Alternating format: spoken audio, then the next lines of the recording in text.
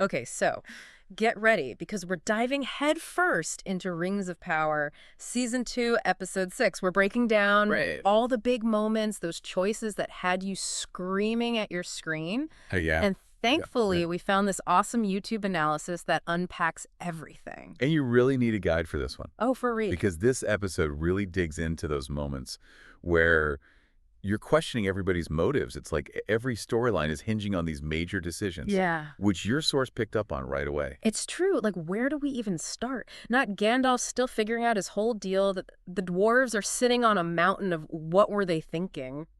Yeah. And don't even get me started on Galadriel and Adar. Well, since you brought up those alliances, or lack thereof, your YouTube source actually had some strong opinions on Galadriel and Adar's very short-lived team-up. Oh, really? Yeah, they were like, hold up.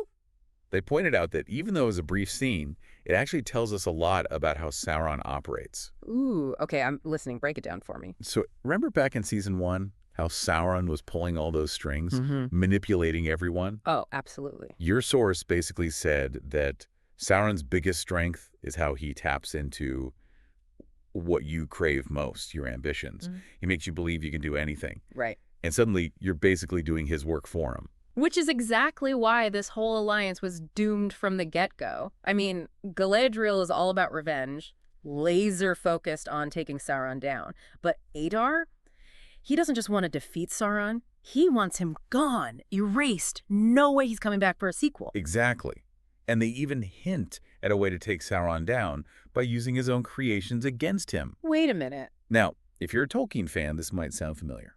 Oh, because it foreshadows the One Ring. Right. Okay, see, this is why I love these deep dives. It's all connected. Yeah, but we should probably rewind a little and talk about those impossible choices we mentioned. Okay. The YouTuber was really interested in not Gandalf's situation.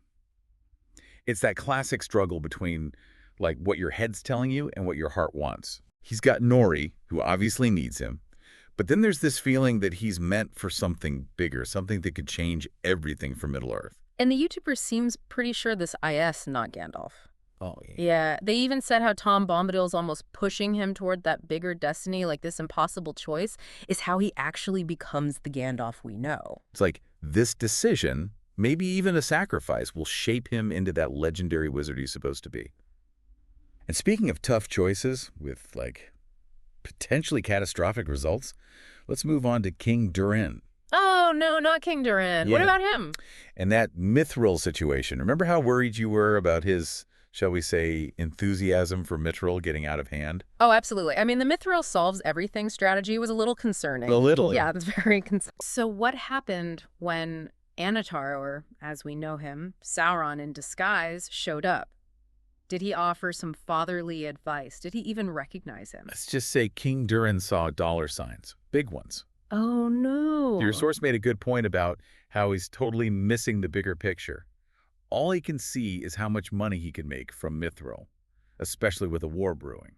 Which is kind of ridiculous when you think about it, because, hello, won't the dwarves need Mithril for this war too? Exactly. It's not like they're going to sit this one out. That's what I'm saying. Okay. And that is where Prince Durin steps in. Okay. Thankfully, he's got a bit more foresight than his father. Yeah, that's one way to put it. Which is interesting in itself, right?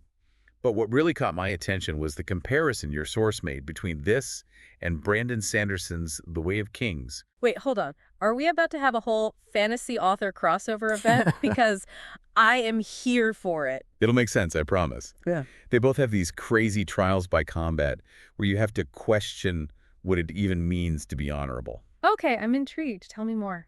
So in Sanderson's book, there's this character, Kaladin, who's stuck in this duel. Okay. And he's facing impossible odds, like he should not win. Sounds familiar. I'm already thinking of Elendil and that sea monster. Exactly. It's not about being the strongest. Your source was saying these trials, they're more about what's inside, pushing you to the edge to see what you're really made of.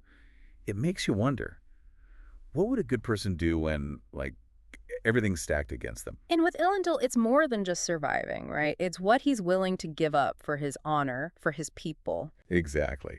And then Queen Muriel, who's been, let's be real, kind of a piece of work, Oh, yeah. jumps in to take his place. You know, I really thought that was it. Right. Like, there's no way she makes it out of that. Even the YouTuber was like, this could be it for her. This will change everything. But her surviving, it actually gives us a peek into her, well, her character. She's not all bad, which honestly makes her more interesting, don't you think? Oh, for sure. Like a little bit of, I don't know, heart under that tough Numenorian shell. Right. Okay, but since we're talking about complex characters making, well, Yeah. interesting choices. Yeah. Can we go back to Galadriel and Adar? I'm still processing that whole conversation. Yeah. For sure. It was short, but man, so much was packed in there. The way your source put it, you realize Adar's laying out Sauron's whole strategy. Mm. He gets you at those promises, whispers what you want to hear, makes you believe you can change everything. Oh, totally. Like he gives you enough rope to, well, Exactly. to mess it all up. And that's the problem, right? Their whole alliance falls apart because Galadriel is set on revenge, wants to be the one to crush Sauron. But Adar, he wants him gone, period. End of story, no more chances. It's like that difference, their whole view of what should happen to Sauron, that's the wedge between them. Yeah, exactly. They even mentioned this detail about how to beat him, using his own stuff against him. And this is where the Tolkien knowledge really comes in handy. Ooh, okay, I love when that happens. It's like suddenly it all clicks into place. So tell me, what am I missing? Think about it. Using Sauron's power against him. That foreshadows how the One Ring is eventually destroyed. Mm-hmm. It's subtle, but it's there. Wow. Okay, that's amazing. See, I need you. So we've got impossible choices. We've got alliances crumbling faster than Lemba's bread in a hobbit's pantry. We've got foreshadowing, Right. all in one episode. Give me the highlights. What really stuck with you? That's a good question.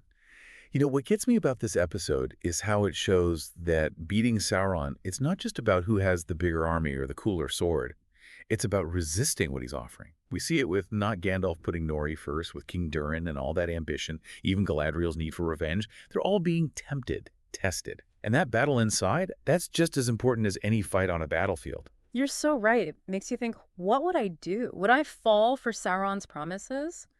Or would I stick to my guns, even if it meant, I don't know, maybe not stopping him? It's that question, right? Like, how far is too far? When do you become the thing you're fighting against? Which, it's something Tolkien really struggled with. Right. In his books, in his own life, probably. Totally. But going back to the YouTube video, there was this one thing they said. Okay. Really got me thinking about this whole episode. Okay, lay it on me. Remember Adar and those orcs? And they're looking for somewhere to belong, somewhere they can actually have a home. Yeah, like, it makes you almost understand them a bit, Exactly. And your source, they pointed out that this whole idea, it's straight out of Tolkien. He was really interested in that, where the orcs came from, what they wanted. Wait, seriously? I thought they just kind of threw that in for the show. Nope. And it adds this whole other layer, right? Because we see them as these monsters. But Tolkien's hinting that there's a bigger story there. Oh, okay, now my mind's blown. So how does this connect to, well, everything else we've been talking about? Well, it gets to the heart of this episode, maybe even the whole Lord of the Rings. What does it even mean to be a monster? And even more, can a monster ever, change, become good? Whoa, okay, that's a lot. It makes you rethink those labels we put on everyone, even ourselves sometimes. Right. Suddenly it's not so simple. Who's good, who's bad? And that's what's so great about Tolkien. He makes you think about that. I thought we were just going to break down some cool scenes. Yeah. But this is like next level stuff. Thanks for opening my eyes to all this. Well, that's the power of a good deep dive, right? For sure. Connecting those dots, finding those hidden meanings, and honestly, ending up with more questions than answers. The best kind. Right. And on that note, I think it's time for us to resurface. Oh, Labs. Always leave them wanting more. Always. Until next time, folks, keep exploring those characters and never stop questioning what you think you know, because you never know what you'll find on your own deep dive.